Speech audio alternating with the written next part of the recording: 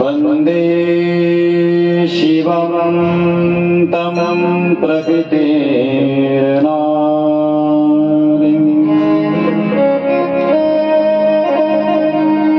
प्रशान्तमेकं पुरुषोत्तमं हि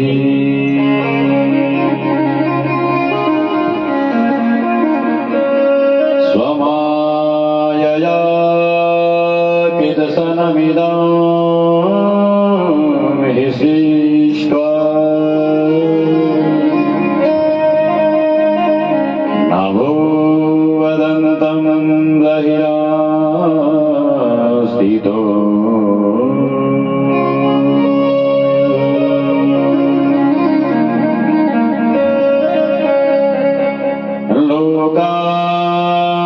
लोकाभिरामं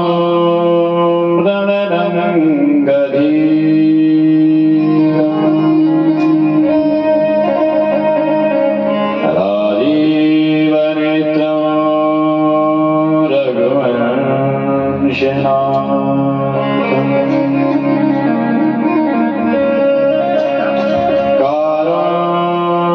कारुण्यरूपं करुणाकरं तं श्रीरामचन्द्रं शरणं प्रपद्ये।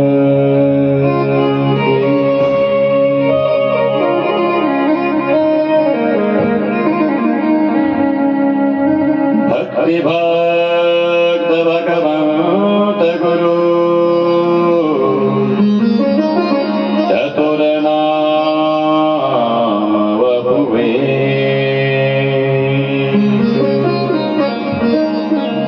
इनके पद वंदन किए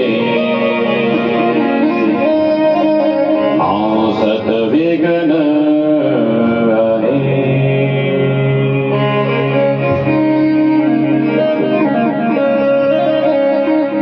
विश्व सर्गा विसर्गादि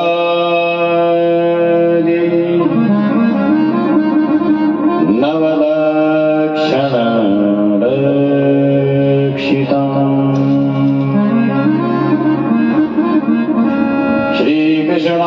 श्रीकृष्णाख्यं परमधाम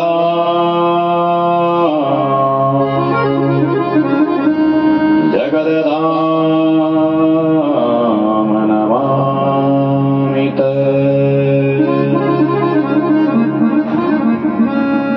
भवानी शंकरो वन्दे श्रद्धा विश्वास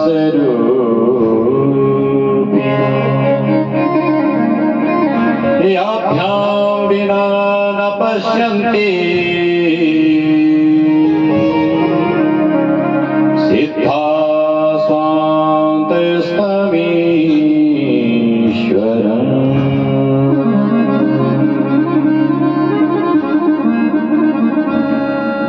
शंकर भगवान की भगवती कालिका मैया की द्वादश ज्योतिर्लिंग की अपने गुरु महाराज की कुलदेव ग्रामदेव इष्टदेव स्थान देवता की हर हर महादेव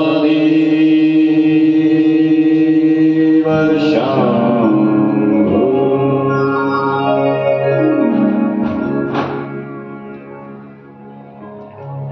शरणागत वत्सल औगणदानी अनंता अनंतः परमपिता परमेश्वर भूत भावन भूरेनाथ औगणदानी निरावरम निरावयवः माया शून्य। उस परमेश्वर के चरणारविंद में नमन।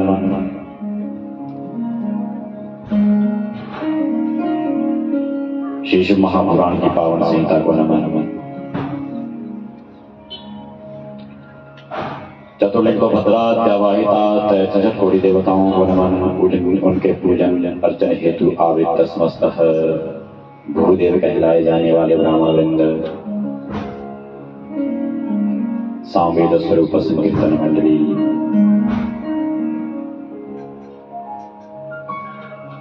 सोनी के समस्त ग्रामवासी एवं आसपास के आए हुए भक्तजन, मातृशक्ति प्यारे, आज के दिवस की इस कथा को प्रारंभ करें। केवल मात्र आश्री की वचन है आज के इस अंतिम दिवस के। तो आइए आज के दिन की कथा को प्रारंभ करें। इस कथा को प्रारंभ करने से पहले उस परमेश्वर से प्रार्थना करते हैं कि हे प्रभु, सभी को सुखी रखना, सभी को निरोग रखना और सभी का ही कल्याण करना। इसी शुद्ध भावना के साथ अपने मन को एकाग्र करने के लिए, वाणी को शुद्ध करने के लिए थोड़ा सा भगवान सुमिरन। भला करो रे भगवान, सबका भला करो।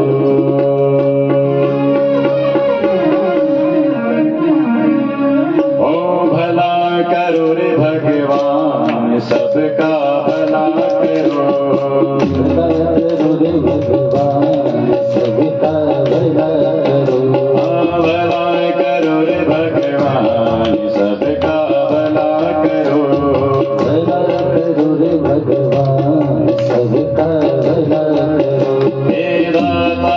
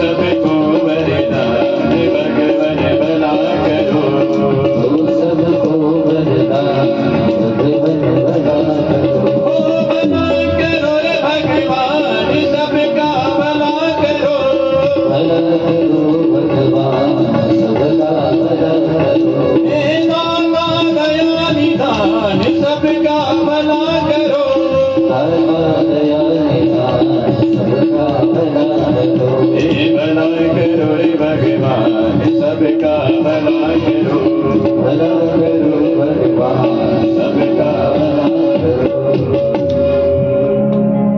शंकर भगवान की जय।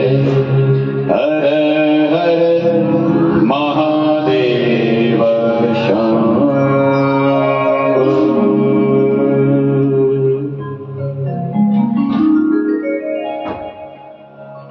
इसी मंगल कामना के साथ आज के दिवस की ये अंतिम कथा, अंतिम पुष्प भगवान भूत भावन भोलेनाथ के चरणों में अर्पित करते हैं।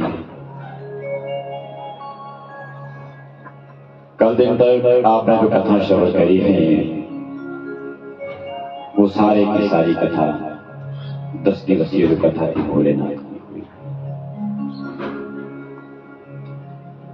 भगवान भूत भावन भोलेनाथ में देवों के देव महादेव जो कहलाए जाते हैं, देवताओं पे भी कृपा करते हैं, मनुष्यों पे भी कृपा करते हैं और राक्षसों पे भी कृपा करते हैं। समत्व भाव है, सबको एक भाव से देखते हैं।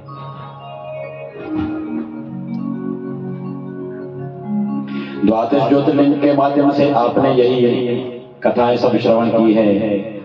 कभी समय रहेगा मैया तो इसके जो सदाचार के नियमावली है इन द्वादश ज्योतिर्लिंगों से जो जोड़ी गई है, अवश्य में किसी दिन अवश्य सुना होगा। क्योंकि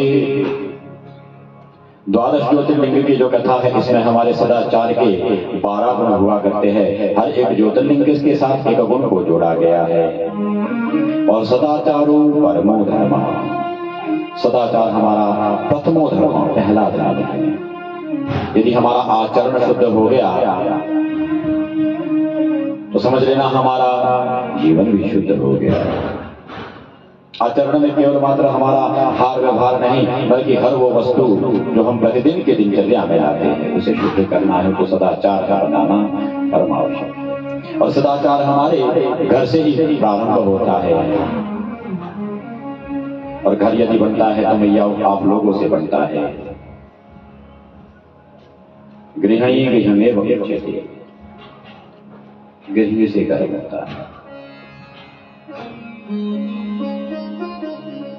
द्वादश ज्योतिर्लिंग की कथा के साथ ही हमारी कोटि रुद्र संहिता संपन्न हुई। और जो आज जिस कथा का हम वाचन कर रहे हैं, जो परम आवश्यक कथा है, यह है उमा संहिता।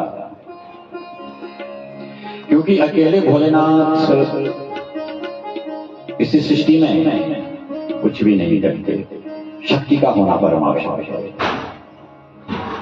तो उसी मां भगवती परम्बा जगदम्बा शक्ति जो प्रतिमा है, जो आद्या है, आनंदमयी चेतनमयी मातृमयी, उस भगवती के गुणानुवाद के लिए आज प्रश्न किया है नारद जी ने अपने पिताजी से।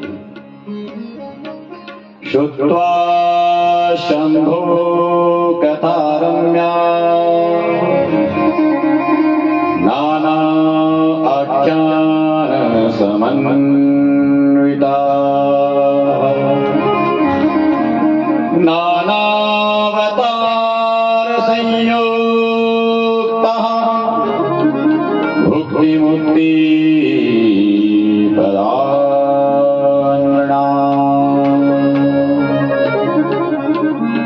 हे पिताजी, आपने भगवान भोलेनाथ के अनेका अनेक अवतार मुझे बताए, अनेका अनेक रूप गुण का वाचन आपने किया, जो मुक्ति को देने वाला है, मुक्ति को देने वाला है। इस निसार को जो तरण तारणी गंगा बनाने वाला है, उस भगवान भूत भावन भोलेनाथ की आपने अनेका अनेक गुण मुझे बताए।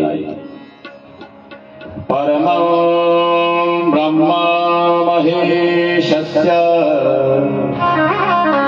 शक्तिराद्यासनाथिने उमा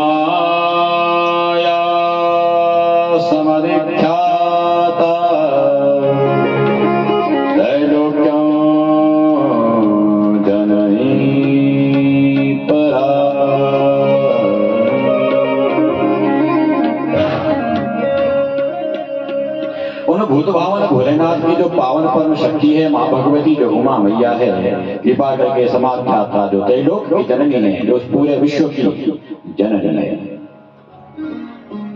कृपा करके उनके कुछ गुणानुवाद हमें बता करके कृतार्थ करे।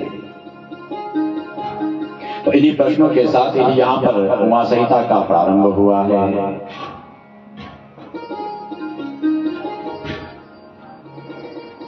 ब्रह्मा जी सर्वप्रथम तो नारद को यही बात बताते हैं कि नारद जी, जो आपने प्रश्न पूछा है आपके पुत्र, ये लोक कल्याण के लिए परमोत्तम प्रश्न है। माँ भगवती की कथा शिव महापुराण के अंतर्गत जो सुनता है, उसके अनेकानेक पाप नष्ट हो जाया करते हैं और उसे परम धाम की प्राप्ति होती है। और हमारा तो परम सौभाग्य है कि हम द्वादश ज्योतिर्लिंग के समक्ष और माँ भगवती की ही प्रांगण में बैठे हैं। समक्ष तो नहीं कह सकते क्योंकि ये पृष्ठ भाग है महाभारत, समक्ष तो हम आगे होते तो समक्ष, पर हाँ उसी माँ भगवती का प्रांगण है, तो प्रांगण में बैठ करके हम इस माँ भगवती के गुणानुवाद को सुन रहे हैं। ब्रह्मा जी कहते हैं कि हे पुत्र नारद, माँ भगवती के गुणानुवाद के बिना भगवान भूत भावन भोलेनाथ की कथा कभी भी पूर्ण नहीं होगी। जब तक शिव शक्ति का साथ में एकीकरण ना हो, तब तक ये कथा अधूरी ही रहती है। इसलिए उमा संहिता के माध्यम से इस पूरी कथा को ब्रह्मा जी नारद जी को सुना रहे हैं, कह रहे हैं जो संसार है यह अंधकूप है, और इस अंधकूप से पार करने के लिए, अंधकूप से निकलने के लिए माँ भगवती का जो चरित्र है वह परमोत्तम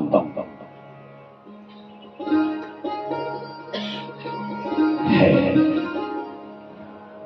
क्योंकि कलयुग में कलो चंडी विनायक, कलयुग में दो ही की सत्ता है आज्ञा, एक चंडिका माँ भगवती और दूसरे विनायक गणपति। इसलिए तो कोई भी कार्य हम करते हैं, गणपति का षोडशोपचार पूजन, यथामृतोपचार पूजन, लेकिन प्रथम पूजन उनका ही होता है। और चंडी इसलिए है, जब कान्हा जी का जन्म हुआ था और वहां पे जो योग माया को लाया गया था कंस के हाथों, उस समय योग माया बहन बनने के लिए इसीलिए तैयार हुई थी कि मुझे भी कुछ मिलेगा। तो कान्हा जी ने उन्हें एक सत्ता दी थी, कलयुग में तुम्हारा खूब प्रचार प्रसार होगा, लोग तुम्हारे नाम से डरेंगे भी, तुम्हारे नाम को ध्याएंगे भी, और आज होता भी है। हमारी जो मातृशक्ति है, जिसके अंदर मातृ वात्सल्य है, वो कितना भी दुष्ट क्यों नहीं हो, लेकिन अपने के पुत्र के प्रति तो उसके अंदर प्रेम होता ही है। तो इस जगत जननी जम्बा मैया के तो हम सब पुत्र ही हैं, तो क्या हमारे ऊपर इसका प्रेम नहीं होगा? तो भूत भावन भोलेनाथ कि उस परमाराध्या शक्ति, उस परम सत्ता माँ भगवती, जगत जननी जगदम्बा मैया जो उमा, इसकी कथा इस कलयुग के लिए हमारे लिए बिल्कुल तारण है। कली केवल मल मूल मलिना, पाप पयो निधि जन्म वीना, कली केवल मल मूल मलिना, पाप पयो निधि जन्म वीना, सुंदर सहज सुशील सयाने, सुंदर सहज सुशील सयाने, नाम उमा अंबिका भवानी, नाम उमा अंबिका भवानी। कली केवल मल मूल मलिना, ये कलयुग केवल मात्र पाप का ही मूल है। इसमें हर एक प्राणी पाप से, कलयुग से कलुषित है। बिल्कुल वैसे ही हैं जैसे पाप पयोनिधि जल मन मीना।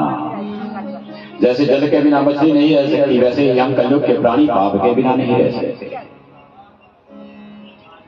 क्योंकि जल से मछली को निकाला दो तो मर जाएंगे, वैसे ही कलयुग का प्राणी पाप से निकल जाएगा तो झटपटा जाता है।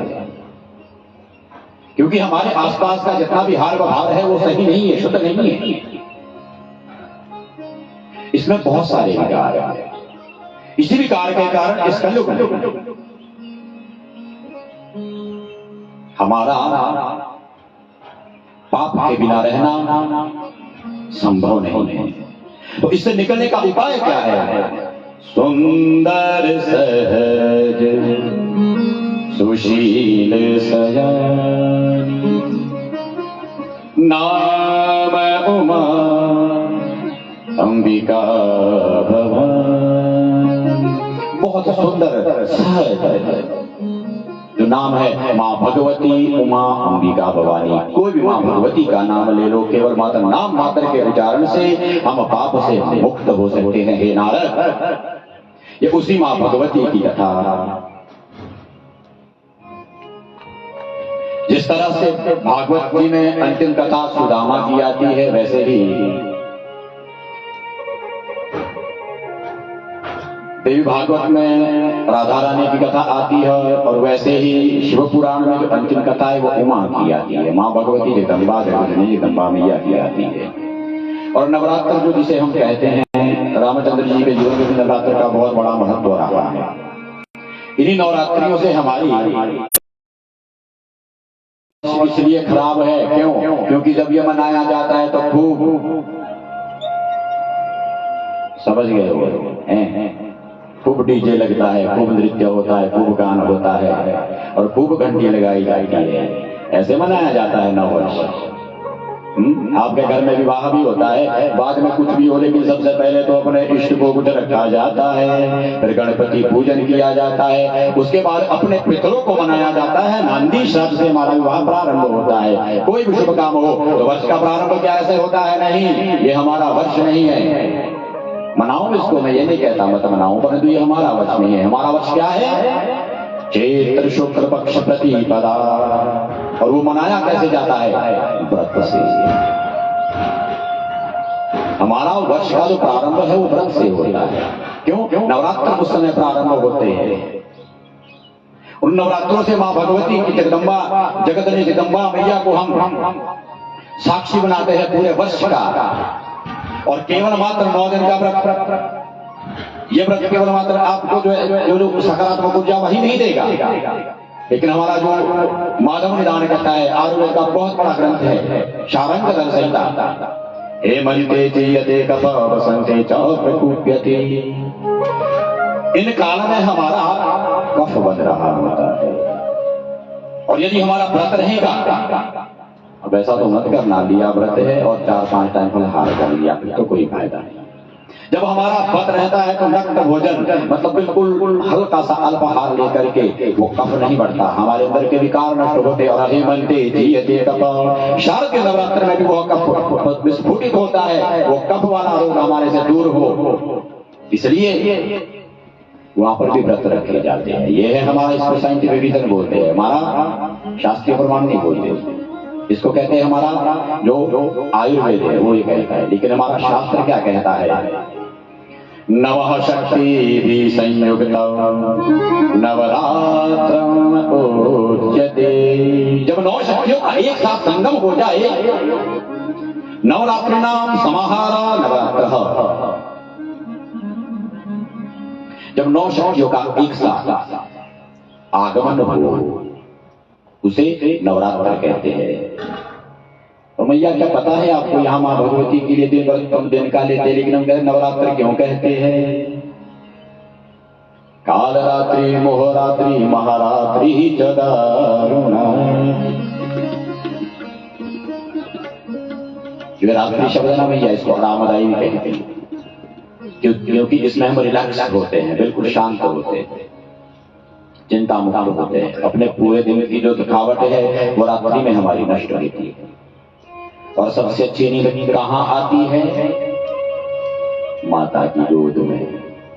इसलिए जो रात्रि स्वरूपा है इसे मां भगवती ही कहा गया है। रात्रि रूपो यदो देवी दिव्य रूप महेश्वर। रात्रि रूप मां भगवती है और दिवस के रूप में हमारे परमेश्वर है, महेश्वर है, जगदीश्वर है। रात्रि को मां भगवती का ही स्वरूप बोला गया, इसलिए इन्हें नवरात्रि से कहा गया है। बहुत सारी ऊर्जा इस मां भगवती से हमें मिलती है, परंतु क्या करें भैया, समय बहुत तीव्र गति से भागता है। इतना समय हमारे पास रहता नहीं है। हम सोचे थे कि इस कथा को पिछले कल सुना देते, किंतु क्या करना, भूत बामन भोलेनाथ के ही 12 ज्योतिर्लिंगों से बाहर नहीं निकल सके। तो आज तो केवल मात्र हमें स्पर्श करना है, क्योंकि जो पूर्णाहुति का दिन होता है इसमें सबको देरी होती है, भागने की जल्दी होती है। हम लोगों को भी होती है, आप लोगों को भी, क्योंकि जिस तरह से समय बांधा गया है हमें उसी समय के अनुसार चलना होता है। तो इस नवरात्रि के पर्व की जो 9 देवियां है, हमारी जयंती, मंगला काली, भद्रकाली, कपालिनी, दुर्गा, शिवा, क्षमाता, स्वाहा, सदा नमस्तुते। इन 9 शक्तियों का बहुत सुंदर विवरण है यहाँ पर। एक एक शक्ति का हमारे जीवन में, हमारे शरीर में वास है, वो सब वास बताया गया है। समय नहीं है उसके लिए, समय अधिक चाहिए। बोलो जगदजननी जगदम्बा मैया की जय। तो केवल मात्र हम 3 ही रूपों का यहाँ पर दर्शन करेंगे। हमारे पास जितना यथावत समय है, महाकाली, महालक्ष्मी, महासरस्वती। स्वारोक्षर मंत्र में वीरथ नाम का एक राजा हुआ, तो उसका पुत्र था सूरत, जो इंद्र के समान महाबलवान था। पृथ्वी में वह बहुत बड़ा शासक हुआ करता था। एक बार एक साथ कई राजाओं ने उसको घेर करके उसे हरा दिया और भगा दिया। एकमात्र साम्राज्य था उसका, जो बहुत बड़ा राज्य था, लेकिन वो हारा क्यों? अपने परिवार के कारण।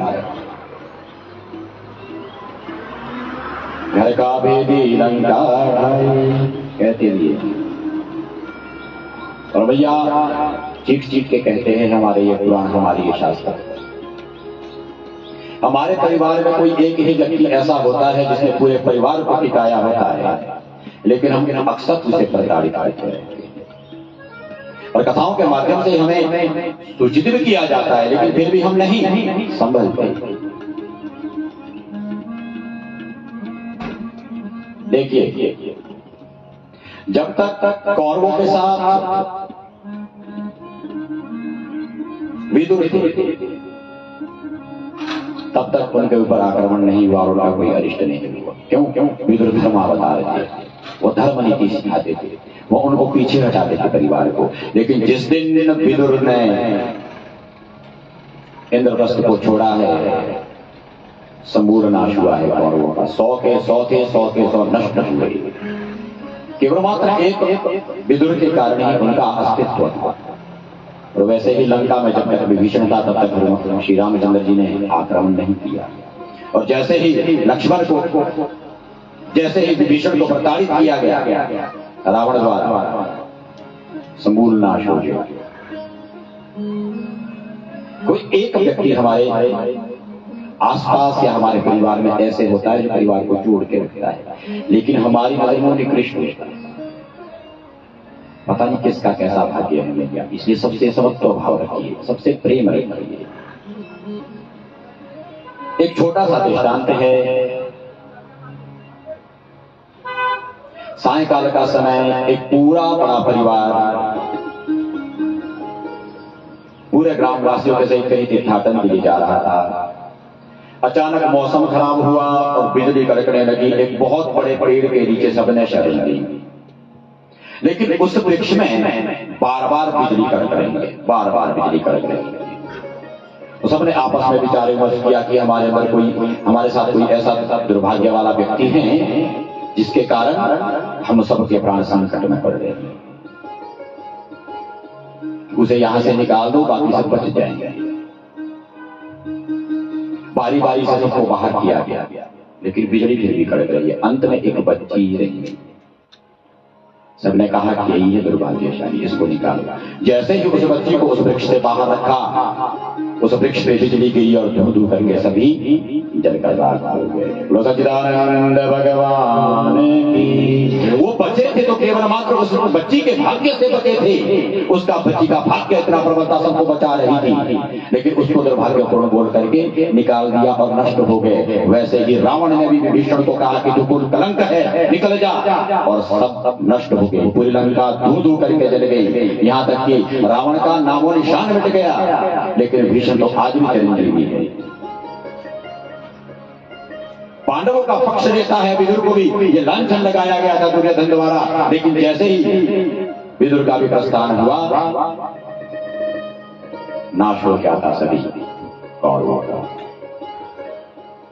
वैसे ही सूरत भी राजा तो था, लेकिन घर के ही भेदी थे, जिन्होंने उसे बहिष्कृत करने के लिए आक्रमण करवाया गया था।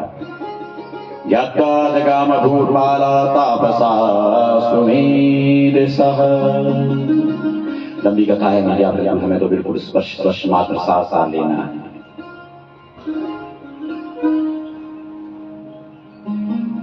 सुमेधा नाम के ऋषि के पास वो आए हैं, और इन्हीं सुमेधा नाम के ऋषि के पास एक वैश्य भी आए थे।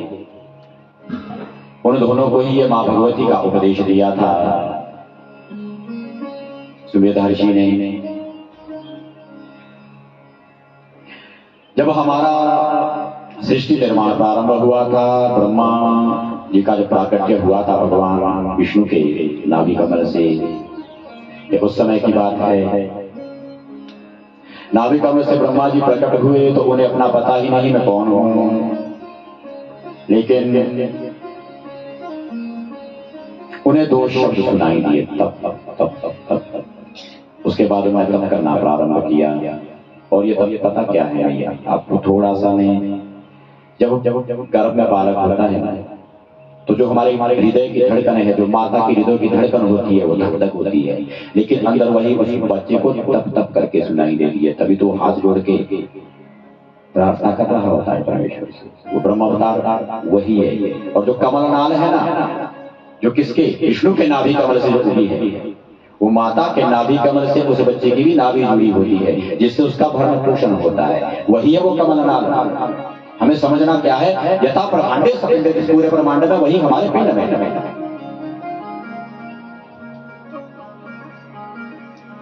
तो उस ब्रह्मा को जब शब्द सुनाई दिए थे, वो हम भी जब गर्भ में होते हैं तो हमें भी वो शब्द सुनाई देते। और माँ कड़वा खाए तो हमें तकलीफ होती है, मीठा खाए तो हमें खुशी होती है। बहुत दारुण है गर्भ की यात्रा।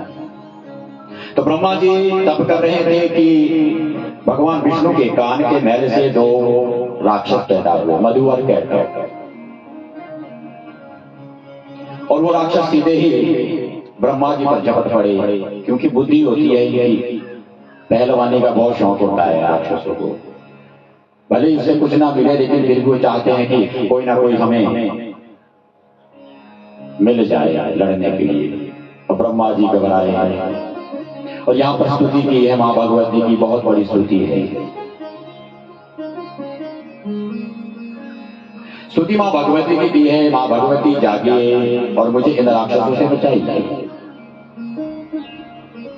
तो भगवान विष्णु से पृथक होकर के मां भगवती का प्राकट्य हुआ था फाल्गुन शुक्ल द्वादशी के दिन। बिल्कुल काला स्वरूप था। वो कौन? निंद्रा देवी, महाकाली। बोलो भगवती महाकाली मैया की। नहीं तब आदि मध्य अवसाना, अमित प्रभाव वेद नहीं जाना। नहीं तब आदि मध्य अवसाना, अमित प्रभाव वेद नहीं जाना।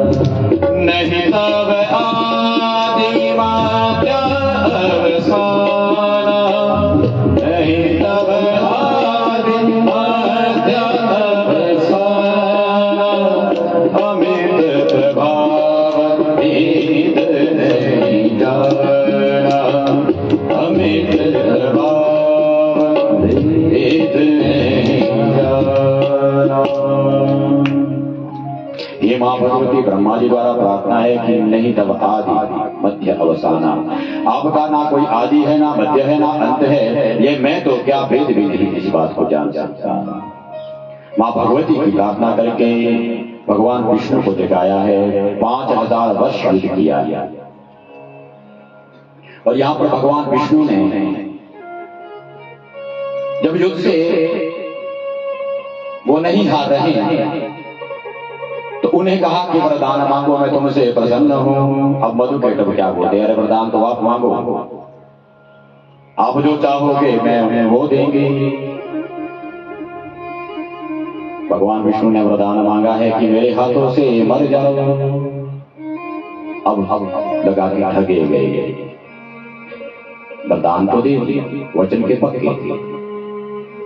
चारों तरफ देखा जल ही जल है, तो कहा कि जहां पर जल की बूंद भी ना हो वहां हमें मारना। भगवान विष्णु ने अपने जंघा के ऊपर दोनों को रख करके दोनों के सिर को काटा। भैया क्या है ये? मधु और कैटभ। ये है मीठा और कड़वा। किसी के साथ मीठा संबंध हो वो भी गलत, किसी के साथ कड़वा संबंध हो वो भी गलत। और यही मीठा कड़वा है जिससे आज संसार उलझ रहा है, यही है मीठा कड़वा मधु कैटभ। क्योंकि उनके द्वारा जब वो मधु कैटभ मारे गए थे, वहां से मेद बहा था, तो रक्त बहा था, उसी से हमारी धारा मेदिनी कहलाई थी। सच्चिदानंद भगवान की। तभी तो हम संसार में आते हैं, मीठे और कड़वे के ही पीछे तो है। मीठे संबंध है तो ठीक है, वाह वाह वाह वाह, कड़वे संबंध है भाड़ में जाना, यही बात है ना, इतना ही है और कुछ भी नहीं है। तो ये मधु कैटभ भगवान विष्णु इनसे 5000 वर्ष के बाद जीत सके, हमारा क्या क्या हुआ है? ये बेड़ी है, एक सोने की है, एक लोहे की है, तो बेड़ी मीठा और कड़वा। जिस दिन इन मीठे कड़वों से आप उठ जाओगे, श्री हरि बन जाओगे। सच्चिदानंद भगवान की जय। तो महाकाली का अवतार हुआ था, भगवान विष्णु को निंद्रा से मुक्त किया था, ये उस भगवती का पहला अवतार है। और जो दूसरा अवतार हुआ वो है महालक्ष्मी। महालक्ष्मी का अवतार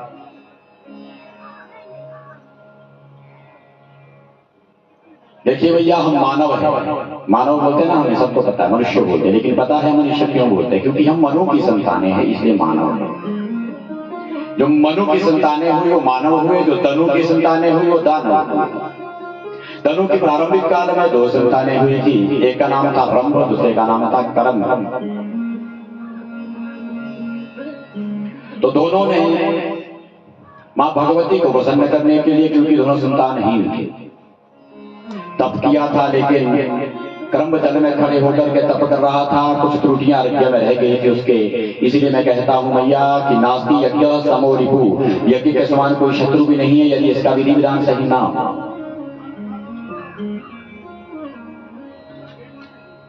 तो कर्म के कुछ त्रुटियां रह गई थी, जल में तप कर रहा था, तो इंद्र ने मगरमच्छ का रूप लेकर के उसे मार दिया। अब जो रंभ नामक आदित्य था, पंचाग्नि ताप करके, कल उसके बारे में हमने चर्चा की है कि पंचाग्नि ताप किस तरह से होता है।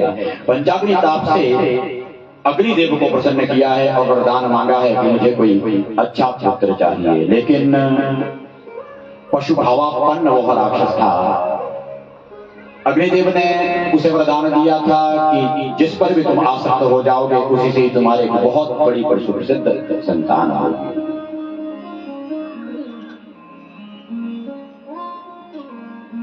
पशु भाव उसके अंदर जागा। आगे जब घर आ रहा था तो एक महिषी के ऊपर ही आसक्त हो गया और महिषी से ही विवाह रच लिया। लेकिन महिषी से विवाह रचने के बाद महिष ने उसे मार दिया और उस महिषी की रक्षा यक्षों द्वारा हुई है। हमें समास व्यास से कथा को कहना पड़ता है। यक्षों द्वारा जब उस महिषी की रक्षा हुई और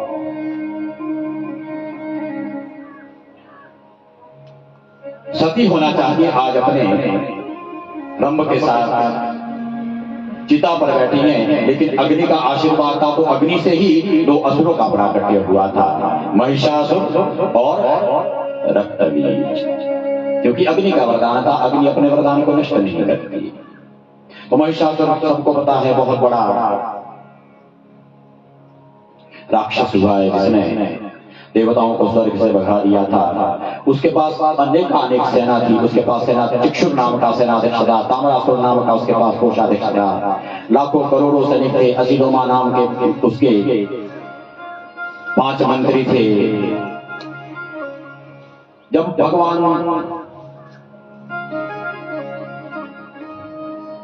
इन देवताओं को भी सबक सिखाना चाहते हैं तब ऐसे ऐसे राक्षसों को पैदा करते हैं, क्योंकि देवता भी उछने कल हो जाते हैं। इन्हें भी लगता है कि हमारे से परे कोई नहीं। अब जब महिषासुर देवताओं से युद्ध कर रहा है तो हारना प्रारंभ हो गया। उस समय उसने सर्व संसार संहारणी विद्या का प्रारंभ किया था। उसे हमारी भाषा में क्या कहते हैं? शावर वेद।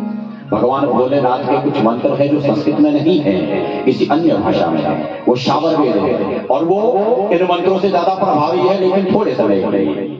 और इतने प्रभावी वो मंत्र थे कि एक महिषासुर के सैकड़ों महिषासुर दिखने लगे और सभी देवता भाग गए। और इस कलयुग में उस शावर वेद का ही प्रचलन अधिक है। और रचा किसने है? वो राक्षसी विद्या है। उससे बचना चाहिए, जितना संभव हो सके बचना चाहिए। परंतु करना क्या? जो ये बुरी चीजें होती हैं, जो इस तरह की होती है, उस तरफ हम ज्यादा भागते हैं। शास्त्रों में हमारी रुचि कम रहने लगी, क्योंकि एक तो शास्त्रोक्त विधान पहले ही कम हो गए हैं। यदि कोई करता भी है तो वो हमें पाखंड लगता है, ढोंग लगता है। सर्व संसार संहारणी विद्या से महिषासुर ने शावर वेद से कहते हैं देवताओं को पदच्युत किया है, देवताओं को स्वर्ग से निष्कासित किया है और स्वयं वहां का राज्य संभाला। अब जब देवताओं को लगा कि हमें अपना स्वर्ग नहीं मिलना, अब आए ब्रह्मा जी की याद। हमारे को भी जब घर में कोई बहुत बड़ी मुसीबत आ जाती है ना, जब हमारे को लगता है कि अब कुछ भी नहीं इसका होना, तब आती है हमारे को बुजुर्गों की याद, सांचे दरबार की। तब लगता है कि अब पूछना चाहिए इसको। जो बहू 2-2 साल तक अपनी सासू से बात नहीं करती, जब उसके ऊपर कोई आक्षेप होता है, उसके ऊपर कोई संकट आता है, अब सासू मैया की याद आती। क्या करना समाज है ये ऐसा। यहाँ नाते जो है ना, ये नाते हमारे सारे स्वार्थ के हैं, परमार्थ के नहीं। अब ब्रह्मा की याद देवताओं को आई। ब्रह्मा जी के पास गए। तर्को अप्रतिष्ठो श्रुतयो विभिन्ना नेको ऋषयस्य मत प्रमाणम् धर्मस्य तत्त्वं निहितं गुहायां महाजनायेन गता सपन्था। क्यों हमें बुजुर्ग के पास जाना है? तर्को अप्रतिष्ठा। हम किसी भी बात पे कितना भी तर्क करते उसकी प्रतिष्ठा नहीं होती, क्योंकि हम अपने बुद्धि विवेक के अनुसार उस तर्क को करते हैं। श्रुतयो और शास्त्र इतने हैं, हमने इतने प्रकार से उसको सुना है कि हम तो भूल कर रह जाते हैं अब किसका साथ दें। भगवान भोलेनाथ का भागवत सुन लिया, लगता है भोलेनाथ ही सब कुछ है। कान्हा जी की कथा होती है, लगता है कान्हा जी ही सब कुछ है। भगवती की कथा सुनी, लगते है भगवती ही सब कुछ है। उलझ जाते हैं। क्यों? श्रुतियों भी भिन्न, हमने अनेक प्रकार से उसको सुना, लेकिन बिना मना क्या है? धर्मस्य तत्त्वं निहितं च गुहायां। और जो धर्म का परम तत्व है, धर्म का जो सार है, धर्म का जो हमारे परम आधार है, निहितं च गुहायां, वो ऐसे व्यक्तियों के पास है जो उसे उजागर नहीं करना चाहते, क्योंकि उसे पता है कि समाज इसको पचा नहीं पाता। ज्यादा अगर हम घी भी पी लेंगे ना तो भी पेट खराब हो जाएगा। है तो अमृत है, लेकिन उसको पी के देखो पेट खराब हो जाएगा। इसलिए ज्यादा ज्ञान भी देंगे तो पेट खराब हो जाएगा, आत्मा खराब हो जाएगा। कल से नहीं आना कथा में, पता नहीं, यहाँ तो ज्यादा टूकते हैं, यहाँ तो डांटते हैं, फटकारते हैं, यहाँ तो हैं, इसलिए कल से कथा में ही नहीं आना। ज्यादा ज्ञान भी खराब हो जाता है। बोले सांचे दरबार की लगा दो, लास्ट के दिन जाएगा, अंतिम दिवस में लगा लो थोड़ा सा। पक्का मैं आपसे वादा करता हूं, मैं कल से नहीं बोलूंगा। और सांचे दरबार की हर हर महादेव शंभो। तो ब्रह्मा विष्णु महेश इन्होंने एक संगोष्ठी की है और सभी देवताओं को बताया है कि महिषासुर बहुत बलवान है, अकेले नहीं मारा जाएगा, इसलिए क्या करो, सुसंगठित हो जाओ, इकट्ठे हो जाओ। यही तो सबसे बड़ी समस्या है, हम इकट्ठे तो होते नहीं। संगे शक्ति कलयुगे, बोलने में ये अच्छा लगता है। दो विद्वानों को इकट्ठा बैठा दो तो झगड़ा शुरू हो जाता है, तीन महिलाओं को इकट्ठा बिठा दो तो कुछ शब्द भी सुनाई ना दे, अब अपनी शेखी हो जा रहे थे। लेकिन हर शास्त्र क्या कहता है, संगे शक्ति कलयुगे, सामंजस्य बनाना बहुत आवश्यक है। इसका मतलब ये नहीं है कि कोई एक ही झुके। अरे विचार मुंडे मुंडे मगर भिन्ना विचार सबके अपने होते हैं, थोड़े किसी के विचार सहन भी कर लो और उससे सहन करवा भी लो, ये ताकत आपके अंदर होनी चाहिए। ये नहीं कि एक का ही सब सुनो दूसरे का कोई ना सुने, बात नहीं बनती। थोड़ा आप झुको थोड़े दूसरा झुक जाए, बात बन जाएगी। भैया अरे एक दिन झुक के तो देखो। सत्संग हमें झुकना ही तो सिखाता है, क्योंकि जब सर्दी का मौसम होता है जितने हमारे पेड़ पौधे होते हैं ना बिल्कुल होते खड़े खड़े। क्यों?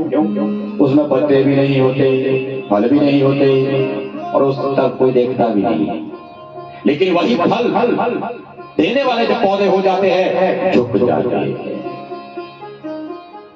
तो अब आप भी ध्यान रखिए, हम अपने आप को विद्वान ज्ञानी ध्यानी बनते हैं, लेकिन यदि हम डंडे की तरह खड़े ही है, झुकना हमने नहीं सीखा ना, अभी आप फल देने योग्य नहीं हुए। जिस दिन आपने झुकना सीख लिया, जिस दिन आपका झुकाव हो गया, आप विनम्र हो गए, आप दूसरों की बातों को सुनने लग गए, बात बन जाएगी।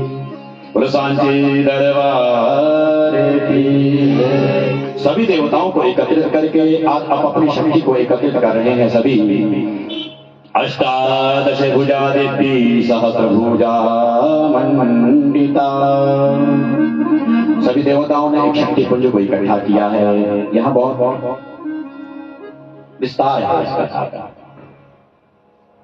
ब्रह्मा जी ने कमंडलू दिया, भगवान विष्णु ने जो 18 भुजाएं वो दी, भगवान भोलेनाथ ने त्रिशूल दिया। सब देवताओं ने अपनी शक्ति पुंज को एकत्रित किया है। शक्ति पुंज क्या है? हमारे अंदर ही ये सारी शक्तियां हैं। ये तो जो नवरात्र का पर्व है उसकी कथा को मैं सुना नहीं सका, नहीं तो आपको पता लग जाता कि कथा क्या है।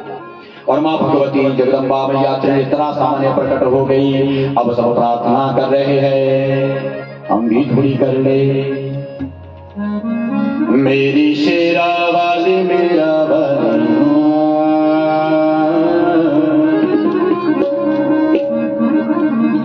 हमें अपना बना देना।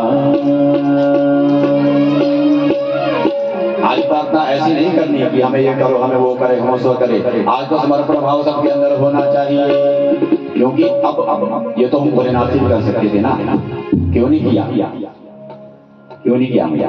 देखिए, बाप के पास जाएंगे तो थप्पड़ भी लग सकते हैं गलती का, माँ के पास जाएंगे थप्पड़ नहीं लगते, वहां प्रेम से ही समझाया जाता है, बाप को भी समझाया जाता है। तो भोलेनाथ को भी स्वयं माँ भगवती ही मनाएगी, इसलिए माँ की ही शरण में जाइए। ओ मेरी शेरा वाली मेरा वाली माँ, हमें अपना बना देना। मेरी शेरा वाली मेरा वाली माँ, हमें अपना बना देना।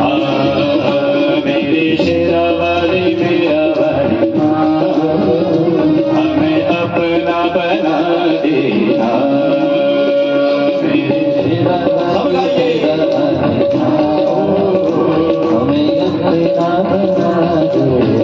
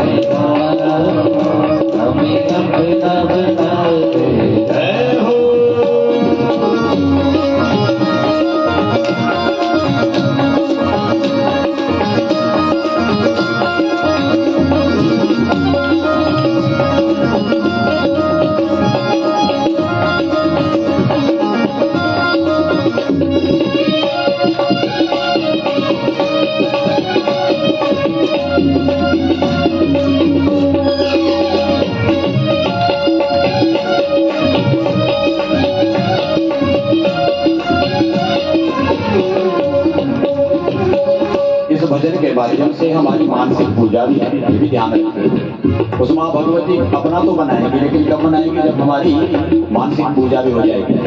घिस घिस चंदन माँ तेरा तिलक बनाओ मेरी माँ, घिस घिस चंदन माँ तेरा तिलक बनाओ मेरी माँ, घिस घिस चंदन माँ तेरा तिलक बनाओ मेरी माँ, घिस घिस चंदन माँ तेरा तिलक लगाओ मेरी माँ, तेरे माथे पे सजाओ मेरी माँ, हमें अपना बना दे, तेरे माथे पे सजाओ मेरी माँ, हमें अपना बना दे, मेरी शेरा वाली मेरा वाली माँ, हमें अपना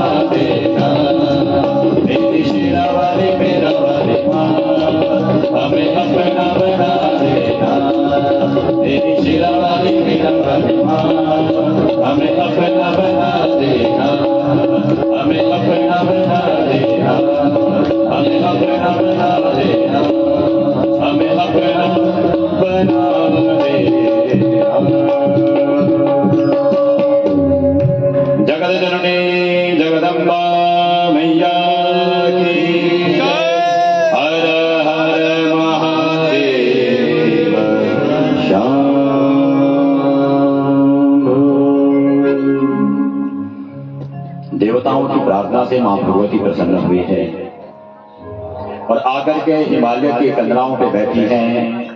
कुछ दूत महिषासुर के आए हैं, जब मां भगवती का रूप देखा है तो बिल्कुल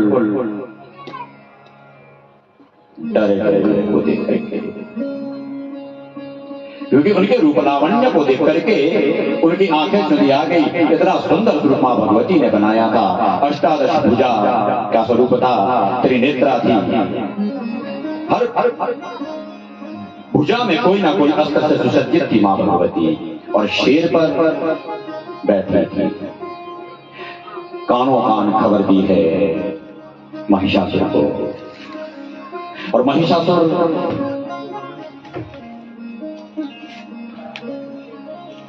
उस मां भगवती के रूप को सुन करके ही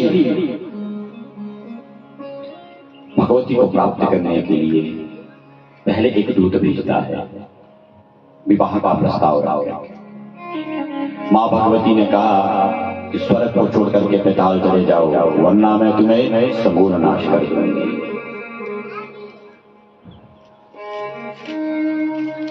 और ये जो महिषासुर है, ये अहंकार का रूप लिया, अहंकार इसे कहते हैं। और अहंकार हमारी पंचेंद्रियों से पैदा होता है। तो फिर हम क्या करें? क्योंकि आंख, नाक, कान, मलमूत्र की इंद्रियां भी है। क्या हम देखना छोड़ दे, सुनना छोड़ दे, बोलना छोड़ दे? नहीं। कानों से सुनना है तो भगवान की स्तुति को सुनो, मुख से बोलना है तो भगवान के नाम को बोलो। इन इंद्रियों को मोड़ा जाता है, तभी जाके तो अहंकार भी हमारा कम होता है। कह देखे ना इंद्रियों के ना घोड़े भगे, इन्हें पल पल ही संयम के कोड़े लगे। संयम अपने अंदर होना चाहिए, तभी हम उस सत्संग की ओर जा सकते हैं।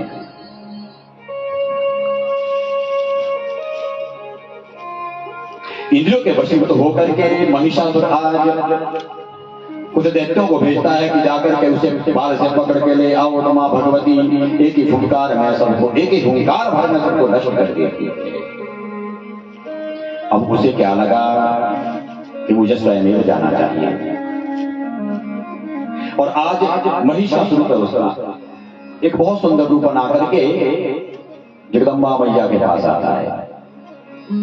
देखो भैया, राक्षस है ना, नारायण च प्रिय रूपम। उसे लगता है कि स्त्रियों को अच्छा स्वरूप भाता है, राक्षस है, लेकिन मन में भावना क्या है कि मैं सुंदर बन के जाऊं। आज आप अपने आसपास देखिए, हम पाश्चात्य सभ्यता की ओर इतने भाग रहे हैं कि कितना सुंदर रूप भगवान ने हमें दिया है, उसे रूप बनाने में लगे भाग रहे हैं या नहीं भाग रहे? आज सबसे ज्यादा पसंद किसको किया जाता है? जिसका मशरूम कटो, ऊपर ऊपर टोपी हो, बाकी सब गाय यहाँ हो बाली, यहाँ भी हो तो और भी अच्छा। उसको पसंद करते हैं जो भूत से भी परे लगता है देखने में। और एक राक्षस है तो मां भगवती को प्राप्त करने के लिए सुंदर स्वरूप बना कर जाना। और क्षमा करना भैया, हमारी जब बहनें फोटो लेती है ना सेल्फी, तो ऐसा मुंह बनाती है जैसा आदमी बीड़ी पी रही हो। मुझे ये समझ नहीं आता, क्या अपनी इस सूरत से हमें नफरत है? जो भगवान ने कितना सुंदर हमें स्वरूप दिया है, क्या हमें इससे इतनी नफरत है कि बीड़ी की तरह मुंह बनाना पड़ता है तभी सेल्फी आती है? और 2 उंगली करनी पड़ के साथ में खड़ी, हाँ जात और भी बढ़िया सेल्फी आती है। वो होता है इशारा भगवान की, तू मानव से बहुत दूर हो गया है, जा। संदेश मिलते हैं हमें सत्संग से, केवल मात्र हंसने भर के लिए नहीं। हमें सबसे पहले तो अपने जो बाल बच्चे है ना हमारे, वो बेटी है या बेटा है, ये देखना है कहीं ये इसका पहनावा कैसा है, इसका हार कैसा है, व्यवहार कैसा है।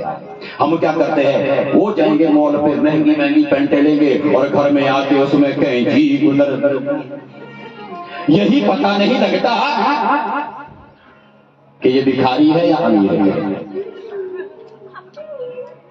अब वो कपड़े पहने नहीं जाते, वो लोथड़े पहने जाते हैं, कपड़े तो फाड़े जाते हैं। पहले किसी का कपड़ा फट जाता था तो शर्म मानते थे, ढक ढक के चले जाते, कपड़ा फट गया। आज तो शान मानते हैं कि फाड़ के चले, फैशन है भैया। पता नहीं ये पाश्चात्य से पता हमारे ऊपर कितनी हावी हो गई है, हमें ज्ञान ही नहीं है। और मैया जो पाश्चात्य सभ्यता वाले लोग हैं ना, अंग्रेज, ये हमारी सभ्यता कैसी है बना रही है। कभी देखना, वृंदावन ना जा सको ना जाओ कोई बात नहीं, काशी ना जा सको ना जाओ कोई बात नहीं, लेकिन यहाँ हरिद्वार में तो जा सकते हो, ऋषिकेश में जा सकते हो। वहां देखना इनका पहनावा, वहां देखना इनका हार व्यवहार। अरे जिन तीर्थों को हम जानते ही नहीं, जिन तीर्थों की महिमा नहीं जानते, ये अंग्रेज हमें बता रहे हैं। ये है हमारा दुर्भाग्य। हम हिंदू होकर के हमारा धर्म, हम हमारे जो तीर्थ है, परम तीर्थ जो है, वहां हम नहीं जानते। क्षमा करना, आज हम वृंदावन जाते हैं ना, लेकिन जब वापस आते हैं तो लोगों को क्या याद रहता है? प्रेम मंदिर, इसको हम, और कुछ भी याद नहीं रहता। और भी बहुत कुछ देखा, पता नहीं क्या क्या था, लेकिन प्रेम मंदिर बहुत अच्छा था। देखो भैया, मैं ये नहीं बोलता कि वो पूरी चीज है, बहुत अच्छी सुंदर आकृति बनाई है कृपालु जी महाराज ने। जब कान्हा जी की उनके ऊपर कृपा हुई है, लेकिन जो उद्गम स्थान है उस स्थान को कोई जानता ही नहीं, और उसको कौन जानता है? कभी उन स्थानों पे जाकर देखिए, वहां अंग्रेज बड़े बड़े हैं। जो हमारे उद्गम स्थान है, जो सही में स्थान है, गोपेश्वर महादेव जो आदिकाल का है, बांके बिहारी जी तो हरिदास जी लेकर आए थे, इसके पीछे कथा है। हरिदास जी ने बांके बिहारी जी को हम बसाया था, लेकिन गोपेश्वर महादेव तो उस समय ऐसे जब से रासलीला हुई, उसके दर्शन के लिए अंग्रेजों से बड़ा पड़ा रहता है, लेकिन हिंदू बहुत गिने चुने जाते हैं। ये दुर्भाग्य है हमारा। और कात्यायनी मैया, ये तो नाम भी पहली बार सुना। ये कौन सा मंदिर है? वृंदावन में, जाना चाहिए और अपने बच्चों को देखना चाहिए कि क्या इनका हार व्यवहार है, क्या पहन रहे हैं।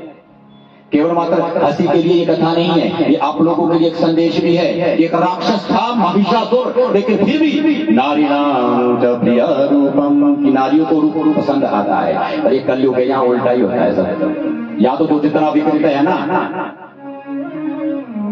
जिसके खड़े हो बाल वो है फैशन। ऐसा लग रहा है कि अभी घोंसला बना है, लेकिन हम भी क्या बोलते हैं, बेटा फैशन है, हाँ ठीक है, और बढ़ा दे थोड़े थोड़े।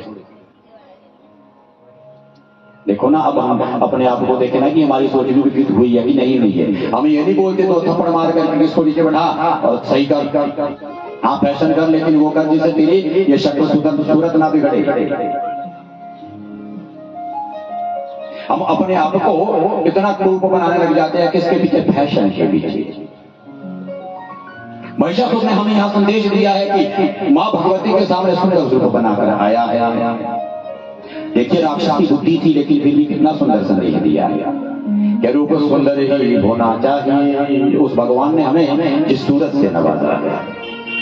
बहुत बड़ा संवाद यहाँ पर माँ भगवती का और महिषासुर का हुआ है, लेकिन अंतिम समय में माँ भगवती ने उसका संहार किया है। लेकिन जैसे ही महिष रूप में वो अनेक रूप बनाता था, बाहर आ रहा था, शेर ने उसको चीर दिया। बहुत बहुत लंबी चौड़ी कथा है भैया। सुदर्शन चक्र से उसका सिर काटा है। हम भी अपने महिषासुर को, अपने अंदर के अहंकार को सुदर्शन शुभ दर्शन से ही खत्म कर सकते हैं। हमें भी ऐसे ऐसे शुभ दर्शन होते रहे, मंदिरों में हम जाते रहे, भागवतों में हम जाते रहे, तो ही जाके हमारे अंदर का अहंकार नष्ट होगा। बोलो सांचे दरबार की। महाकाली, महालक्ष्मी और महासरस्वती। महासरस्वती का जो अवतरण है वह शुंभ और शुंभ नाम के दो असुर थे। उन असुरों को मारने के लिए हुआ था। उनकी बहुत बड़ी शक्ति थी और यहाँ पर रक्त बीज का भी संहार हुआ था। अनेक लीला यहाँ पर माँ भगवती ने की है इस धराधाम पे। और ये कथा केवल मात्र इतनी ही नहीं है भैया। यदि माँ भगवती की कथा का श्रवण करना हो तो देवी भागवत 9 दिन का चलता है। कैसे हम 1 घंटे में समेट लें। लेकिन यथावत जितना हमारे पास समय है उतना हम सुना पाते हैं। और इस उमा संहिता के बाद आती है अगली संहिता कैलाश संहिता। लेकिन कैलाश संहिता की कथा हमारी समझ से परे की कथा है। भैया इस कथा को सुनने के लिए तो पता नहीं हमें और भी कितने भागवतों को सुनना पड़ेगा, क्योंकि ये हमारे अंदर की शक्ति को जागृत करने की शक्ति है। जो कैलाश संहिता की कथा है इसमें हमारे घट चक्र क्रम भेदन को बताया गया है। इसमें तो सबसे पहले आपका पूजा पाठ भी जब अंतिम चरण पर पहुंचे, उसके बाद एक स्थिति आती है योग। और योग भी उसी के लिए होता है जिसके शरीर का कोई अंग ना कटा, जिसका कोई ऑपरेशन ना हुआ। और रामदेव बाबा वाला योग है, चाहिए हमारा योग ये उन लोगों के लिए है भैया जिसके ऑपरेशन हो गया हो, उसे योग नहीं करना चाहिए, कम करना चाहिए। करे जरूर, ये नहीं कि अब आपने छोड़ ही दिया। पंडित जी ने बोला जी योग नहीं करना, हाँ सो ही रहे, करना चाहिए लेकिन कम करना चाहिए, परंतु असर कम होता है। कर्ता का क्रम भेदन की यहाँ पर शिक्षा दी गई है कैलाश संहिता में, जो आप लोगों की समझ से परे है। बोलो सच्चिदानंद भगवान की। इसमें सबसे पहले हमें अपने जो ये शरीर है हमारा, मूलाधारे लिंगदेशे नाभ्याम यदि कंटके भ्रूरमध्ये सततारे कर्माणि चिन्तये। मूलाधार से हमारी कुंडलिनी को उठा करके उसे बारी बारी से ऊपर, पहले तो उन चक्रों को पहले साधन करना पड़ता है, तभी जाके कुंडलिनी उठाई जाती है। ये कुंडलिनी की संरक्षण की शक्ति है। इड़ा पिंडा सुषुम्ना नाड़ी का एकीकरण है। और आज्ञा चक्र तक हमारे गुरु की शिक्षा दीक्षा चलती है, इससे ऊपर नहीं चलती। अगर हम गुरु में ही रुक जाए, यहाँ से ऊपर है सहस्रार परमेश्वर का दर्शन, तो गुरु से बहुत ऊपर की बात है। और गुरु क्यों जरूरी है?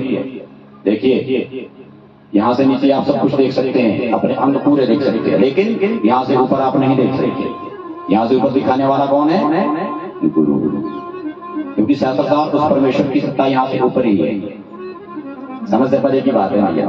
अब मैं समझाने लग भी जाऊंगा तो क्या फायदा है। सच्चिदानंद भगवान की।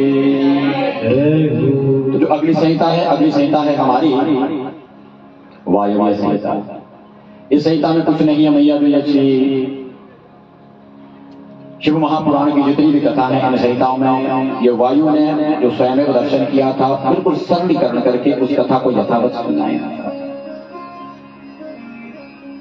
लेकिन हमें तो केवल मात्र सार ही देखना है इन कथाओं का।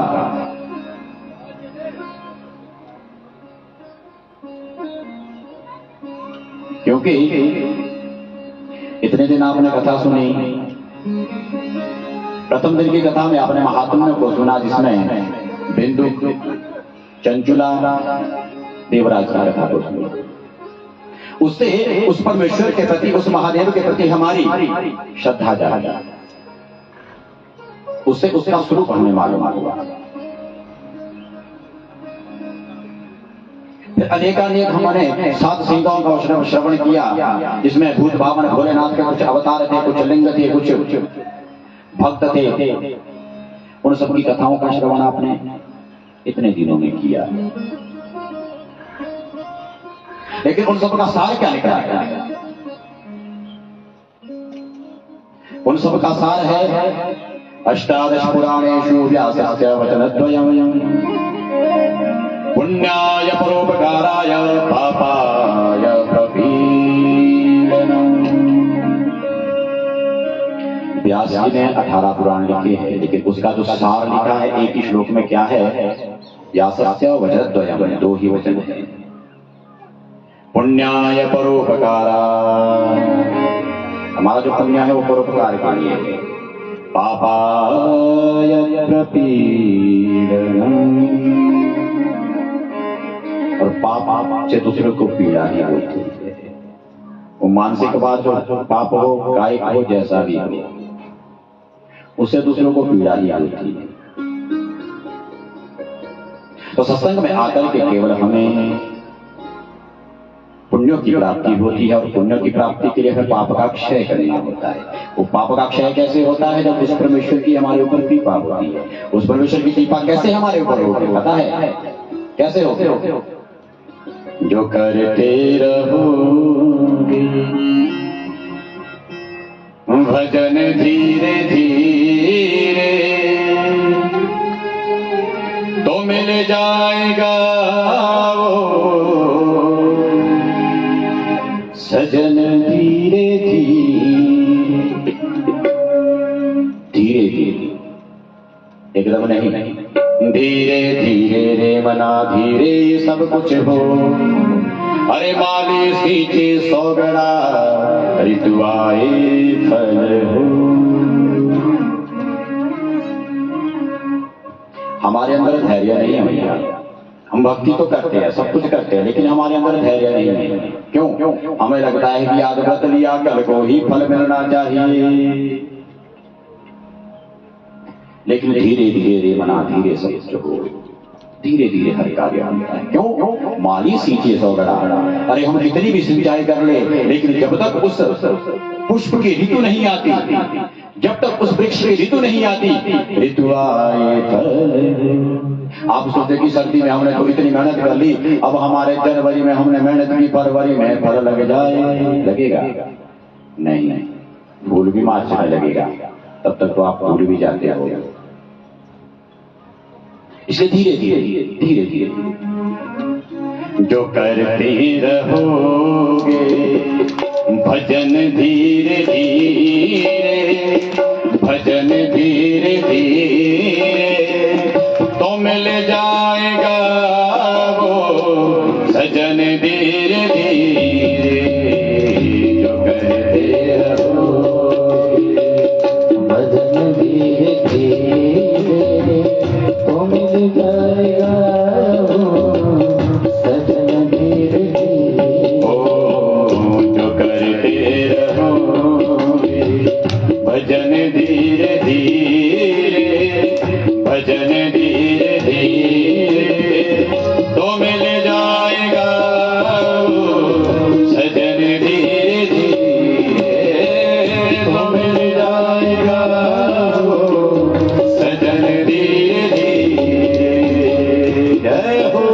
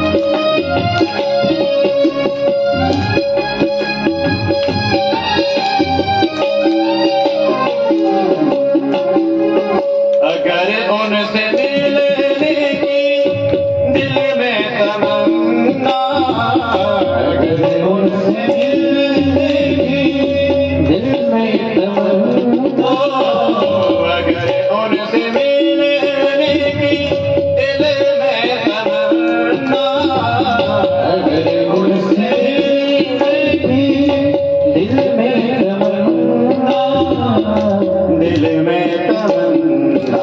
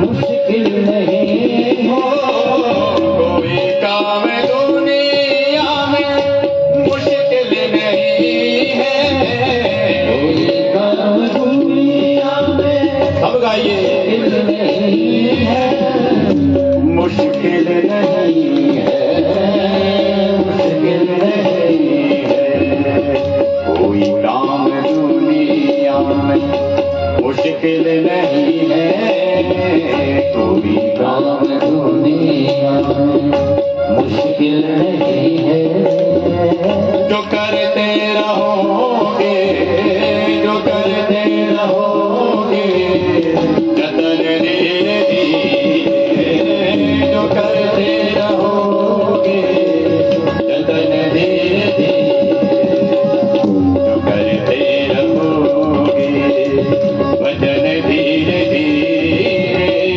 जो करते रहोगे भजन धीरे धीरे, तो मिल जाएगा वो, तो मिल जाएगा वो, सजन धीरे धीरे, तो मिल जाएगा वो, सजन धीरे धीरे।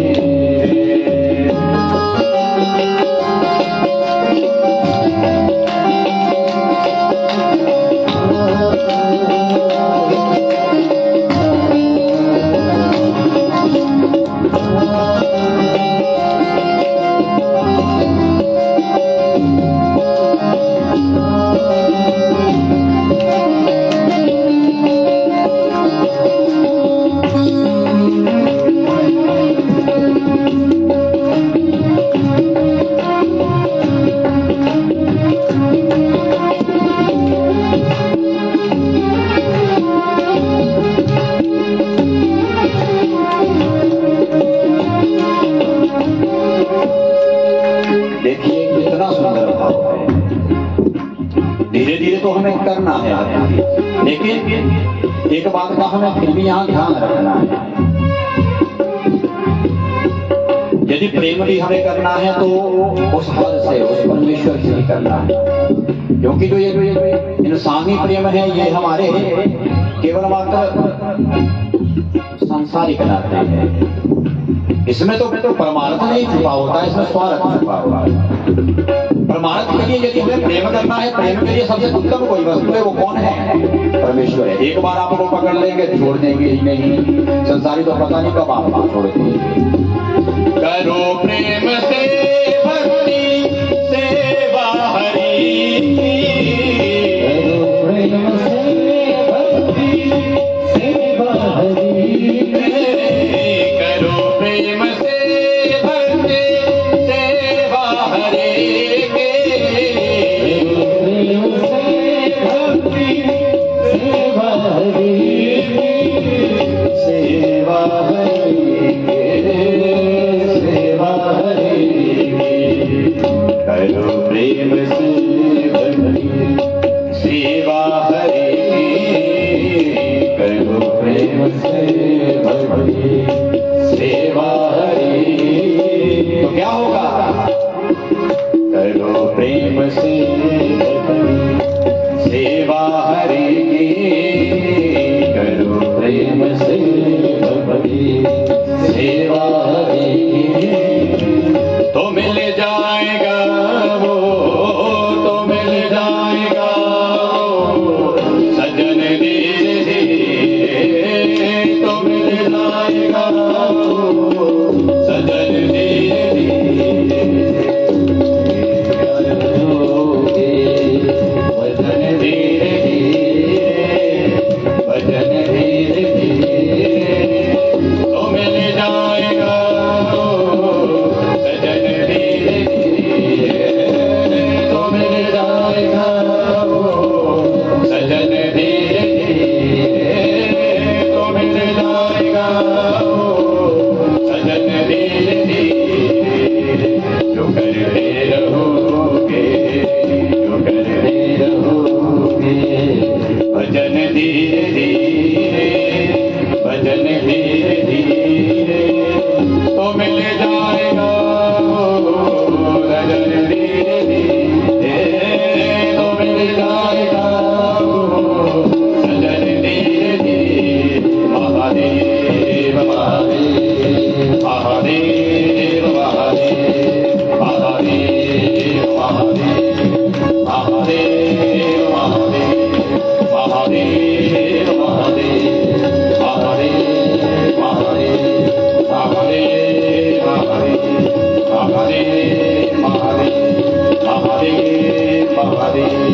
महादेव महादेव। जो करते रहोगे भजन धीरे धीरे तो मिल जाएगा वो सजन धीरे धीरे।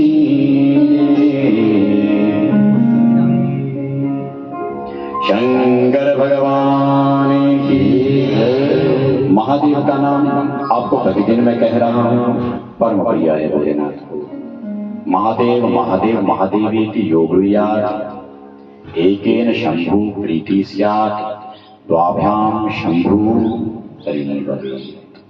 इसलिए मैं कहता हूं कुछ भी ना हो, आपको कोई मंत्र नहीं आता मैया, आवश्यकता ही नहीं है। भगवान भोलेनाथ के सामने जाइए और महादेव महादेव महादेव 3 बार भाव से प्रेम से कहते रहिए। भाव को भाव, यहाँ ये भी नहीं है कि आपका भाव शुद्ध नहीं है कि अपनी भजना मेरा तो भाव ही नहीं है, फिर भी भज लो, भाव से भज लो, भाव से भी भज लो, फिर भी तार देगा। आपके पाप को वैसे ही नष्ट कर देगा जैसे एक रुई के ढेर को एक माचिस की तिल्ली मारता।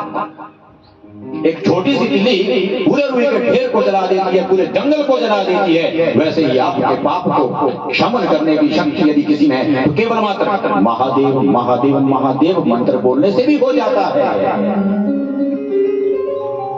ज्यादा करने की आवश्यकता नहीं। यदि अधिक हो जाए तो कहना ही क्या, और अधिक ना हो सके तो महादेव महादेव महादेव 3 बार कहें। और सत्संग में मैया ये सत्संग रूपी तलवार है ना, इससे जो हमारे राग रूपी विकार जो है इसे धीरे धीरे काटना चाहिए, धीरे धीरे धीरे।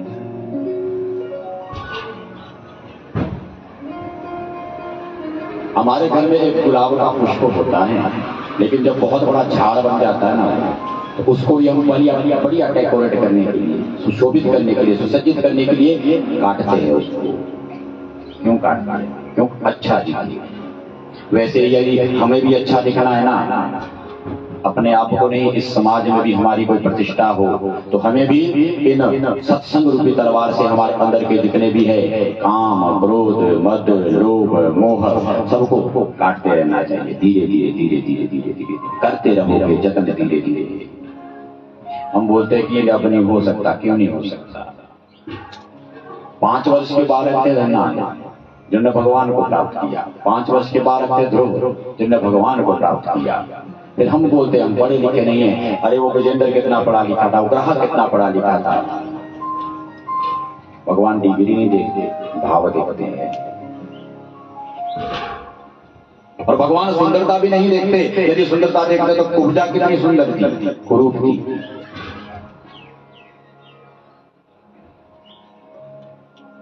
सिर्फ भाव है, भाव।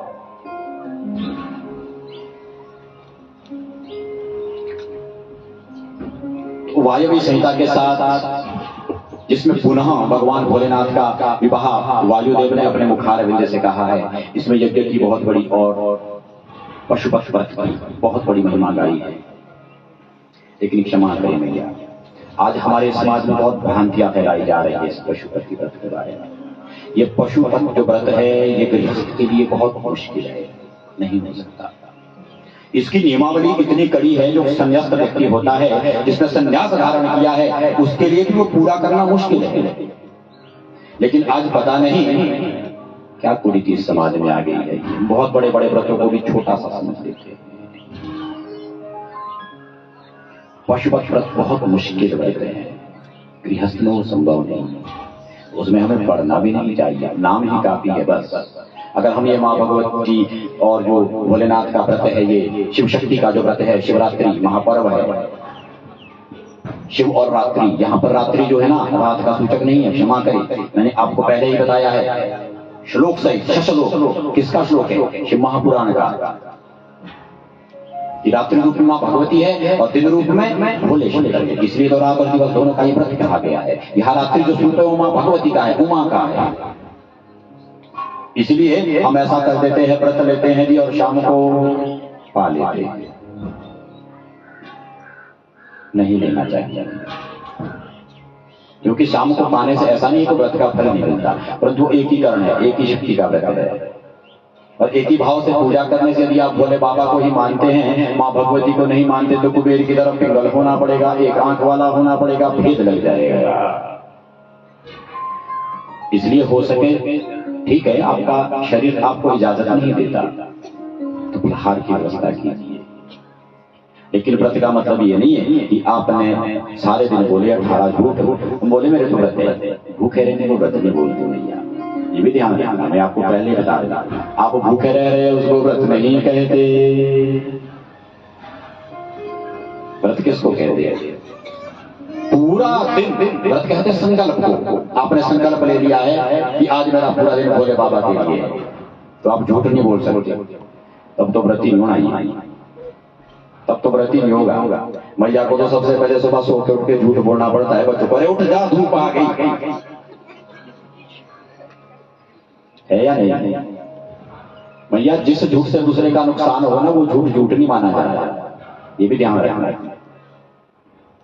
और जिस झूठ से किसी का प्राण बच जाए वो झूठ भी बोलना चाहिए, और ऐसा सच भी नहीं बोलना चाहिए जिससे किसी दूसरे को नुकसान पहुंचे। अब देखिए समस्या भी एक नहीं है, सत्यम ब्रूयात् प्रियम ब्रूयात् ना ब्रूयात् सत्यम अप्रियम। सच बोलो, प्यारा बोलो, लेकिन वो सच भी ना बोलो जिससे दूसरे का नुकसान हो, और वो तो हम सबसे पहले बोलते हैं। माँ भगवती की कथा में सत्यव्रत की कथा आती है। घर से बहिर्मुख किया था सत्यव्रत को, लेकिन व्रत क्या लिया था? व्रत लिया था कि मैं कभी झूठ नहीं बोलूंगा। जंगल में रह रहा है, एक हिरण आया बिल्कुल क्षत अवस्था में, घाव घाव थे उसके पीछे एक भील जो उसको मारने के लिए दौड़ रहा है। हिरण उसके आगे से निकला, उसने देखा पीछे भील आया, भील पूछ बैठा हिरण कहाँ गया। अब समस्या हो गई, सच बोले तो पाप लग जाए उस हिरण की जान का, झूठ बोले तो व्रत भंग हो जाएगा। लेकिन व्रत लिया था, उस हिरण की उस स्थिति को देख करके उसके मुंह से अचानक ही शब्द निकल गया था, क्योंकि निकलता है हमारे चीख निकलती है। कल यहाँ भी थोड़ी सी अग्नि लगी थी तो किसी माँ के नक्शे भी निकली, तो ये सबसे पहले निकलता है।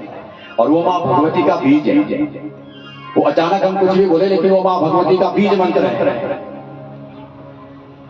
बीज मंत्र है वो माँ भगवती का। और उस बीज मंत्र के उच्चारण से ही सत्यव्रत के मुख में माँ भगवती का सरस्वती का वास हो गया था। और उसने क्या कहा कि जिस जीवा ने देखा नहीं, जिस जीवा ने देखा नहीं,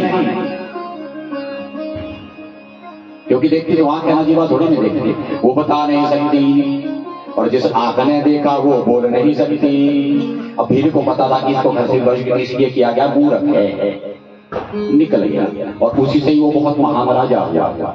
तो सत्य ऐसा नहीं बोलना चाहिए जिससे, हाँ ये व्रत की महिमा गाई जा रही थी कि व्रत लेना चाहिए, लेकिन ऐसा लेना चाहिए कि कोई ऐसा बहुत बड़ा झूठ ना बोले, पति को राष्ट्रपति नहीं बना देना, बस इतना ध्यान रखना, पति को पति ही रहने देना।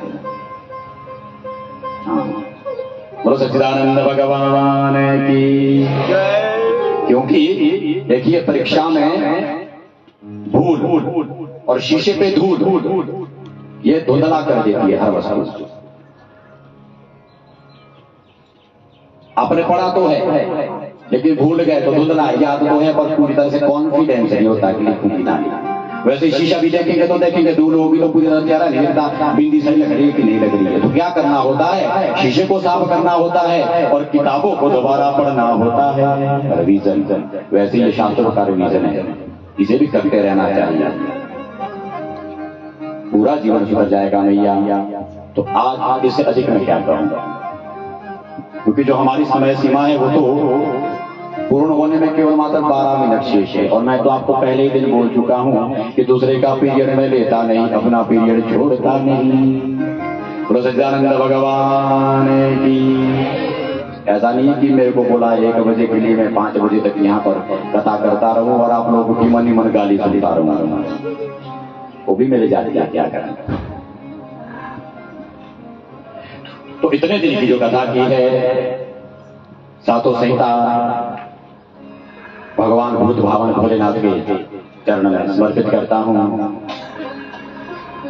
और भैया इतने दिनों तक आपने शिव पुराण को सुना है,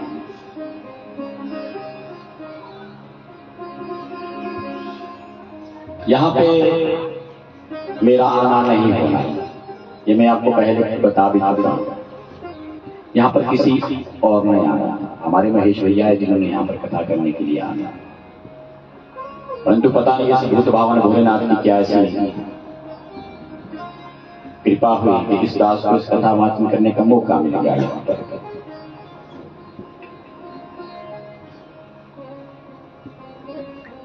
ये मां भगवती का जो शतद्रु के सामने स्थान है, बहुत बढ़िया स्थान है भैया, इसमें कोई अतिशयोक्ति नहीं है। और यहाँ की जो कमेटी है, जो 12 ज्योतिर्लिंग कमेटी है, उनका बहुत बहुत धन्यवाद, जिन्होंने ऐसे यज्ञ को रचा और यहाँ पर ऐसे ऐसे यज्ञ आगे भी होते रहे।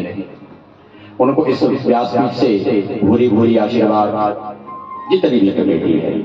अब मैं पर्सनल किसी का नाम नहीं जानता और नाम की कमेटी पूरी है तो आवश्यकता भी मुझे नहीं लगेगी, लेकिन यहाँ पर सामने लिखा है मंदिर से संबंधित सुझाव के लिए मंदिर विकास पात्र में ही मंदिर विकास पात्र का प्रयोग करें। तो भैया मैं विकास पात्र का प्रयोग नहीं कर रहा हूं, मैं यहीं से ही एक सुझाव देना चाहता हूं। निवेदन है, करवत निवेदन है। आप लोगों ने देखा होगा प्रथम दिन से हम आ रहे हैं तो कुछ ना कुछ छोटी मोटी हल्की हल्की घटनाएं हो जाया करती है। चलो सत्संग में छोटी मोटी बातें हो रही, लेकिन ये क्यों हो रही है, क्या इस बात को आप समझते हैं? यदि समझते तो शायद आज तक समझ भी जाते। ये मेरा कमेटी से भी निवेदन है कि इस बात को संज्ञान में ले। मेरा किसी को चोट पहुंचाने का अधिकार नहीं है, क्योंकि मैं जिस व्यासपीठ से बैठा हूं, जिस व्यास मंच पर बैठा हूं, मेरा केवल मात्र अपने धर्म निर्वहन का कर्तव्य है, वो पूरा कर रहा हूं और कुछ नहीं। पिछले दिवस की कथा में मैंने आपको बताया था कि मंदिर की पृष्ठभाग में पाप रहता है, अधर्म रहता है, कहा था ना, लेकिन आपका रास्ता कहां से? और सब यहां आकर के घंटी बजाते हैं पीठ के पीछे पीछे। क्या ये सही है? भैया मैं नहीं कहता, मेरा मत मानिए, मुझे कुछ नहीं आता है, जीरो, लेकिन किसी अच्छे विद्वान को बुला करके इस द्वार का कुछ सोचिए। पीठ के पीछे से कभी घंटी तो दूर की बात, प्रणाम भी नहीं किया जाता, मैंने कहा था।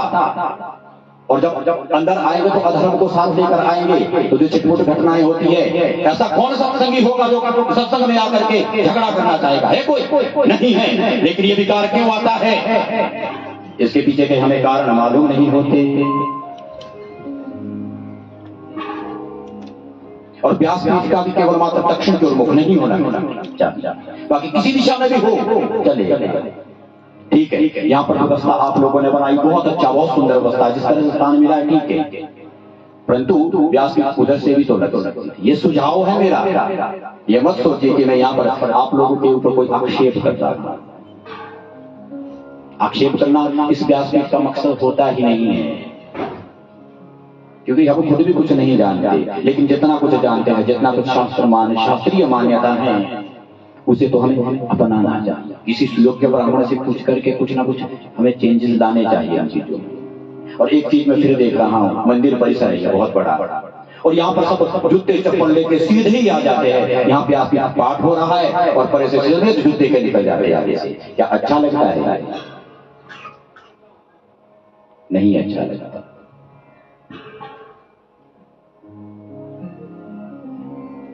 ये अपमान है उस मां भगवती का।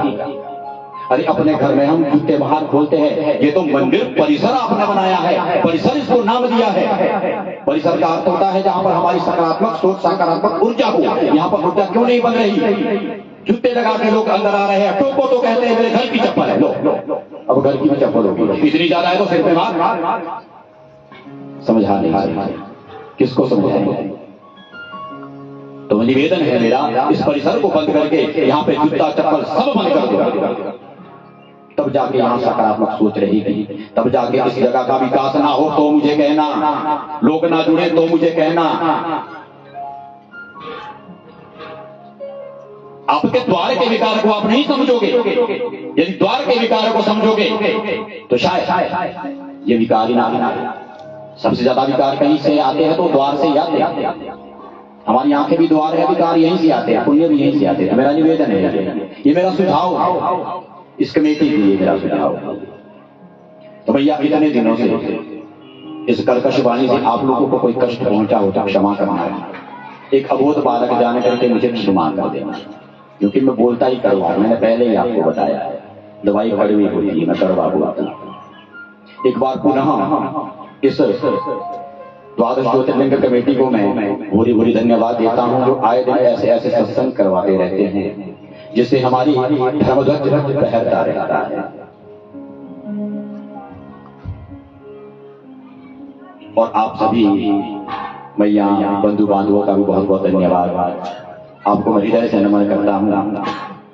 कम से कम आप लोगों ने इस अबोध बालक को सुना। मेरे पास कुछ नहीं है भैया, कोई ज्ञान नहीं है, कोई ध्यान नहीं है, जो कुछ है सब इसका है, गुरु कृपा है। हमने अपने जीवन में सहले कुछ किया ही नहीं, तो हृदय से मैं आभारी हूं आप सबका। और हमारे इंद्रेश भैया, हम कहते हैं ना भोले भाले, शिव शंकर भोले भाले, सच में भोले भाले। जितना फल ये यहां से ले गए हैं कोई भी नहीं ले जा पाया। प्रातः काल की जो सेवा होती थी इंद्रेश भैया लीजिए, साउंड पे कोई समस्या है इंद्रेश भैया, ऊपर से पानी टपक के पूरा पुरान गीला हो गया तो इंद्रेश भैया, कोई भी समस्या आए तो हमारे तरफ इन्होंने हमें नहीं बना।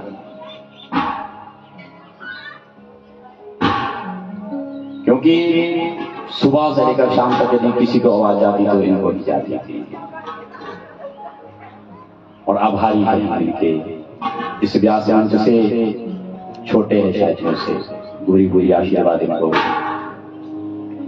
और हमारे तबले पे हैं साहिल जी, आप देखिए हैं इतने दिनों से, उम्र कम है लेकिन मल्टी टैलेंटेड है, तबला भी बजाते हैं, सिंथी भी बजाते हैं और बहुत अच्छा गाते भी है। ये तो थोड़ा यहाँ मौसम का भी थोड़ा विकार रहा और सायकालीन सत्र में थोड़े लोग भी नहीं आए, इसलिए माहौल नहीं बन पाए, वरना बहुत सुंदर भजन गाते हैं। और एक लड़का और हमारे साथ हुआ करता था, वो है नहीं, वो मल्टी टैलेंटेड, वो कहीं गए कथा में हमें जाना हुआ कल। तो हमारे देव भैया की तो बात ही क्या कहनी, जितनी भी संगीत की कला है छोटी मोटी कुछ छोटी से ही हमें प्राप्त हुई है। और इनको यदि हम ये सोचे ना कि ये बहुत छोटे इंसान नहीं है, ये तो अब इनका आगमन इस हिमाचल में हुआ है, वरना जितने भी आस्था संस्कार के बड़े चैनल है, बड़े प्यास है, वो वहीं पर ही होते थे हमारे देव भैया। उन बड़े बड़े लोगों के ही साथ इनका संगीत का सम्मेलन हुआ करता था। बहुत बड़ी हस्ती है, हमारे लिए तो इनके साथ बैठना भी गर्व की बात है। और छोटे पंकज जी, चलो अभी नए हैं, सीख रहे हैं, हम चाहेंगे कि जब हम दूसरी बार इनसे मिले तो यदि एक कर्मकांडी विद्वान बन जाए, जैसे इंद्रेश भैया के ऊपर आशीर्वाद हुआ है ना इस माँ भगवती का, स्पष्ट है यहाँ पर सामने बैठे हैं, आप लोगों को पता होगा इसके ऊपर आशीर्वाद हो जाए। और इस कमेटी के मेंबर सामने जो लिखे केवल मात्र उनके नाम मुझे बताया, रमेश चंद, केशव रैना और प्रेम शर्मा जी, इनको मैं पुनः एक बार पूरी पूरी बधाई देता हूँ इस सत्संग को रखने के लिए। तो ज्यादा ना कुछ कहता हुआ, क्योंकि हमारी जो समय सीमा है वो पूर्ण हो चुकी है, इन्हीं शब्दों के साथ अपनी वाणी को विराम देता हूँ कि हे मैया, मैंने कल आपसे कहा था कि जो आपके जीवन की कोई ऐसी बुराई हो जिसे आप त्यागना चाहे, उसे बड़ी शौक से त्याग देना, और कोई बात कड़वी लगी हो तो वो मुझे ही यहाँ पर रख लेना, उसके लिए मुझे क्षमा कर देना, क्योंकि ये दास कुछ भी नहीं जानता, इसके पास कुछ भी नहीं। तो इन्हीं शब्दों के साथ अपनी वाणी को विराम। सर्वे भवन्तु सुखिनः सर्वे सन्तु निरामयाः सर्वे भद्राणि पश्यन्तु मा कश्चित् दुःखभाग् भवेत् शान्ति शान्ति शान्ति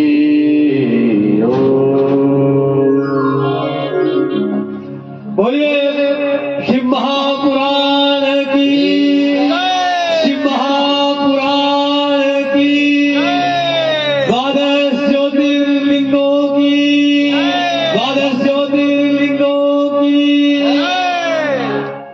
काली मैया की, काली मैया की, अपने अपने कुलिस ग्राम स्थान देवताओं की, व्यास जी महाराज की, व्यास जी महाराज की।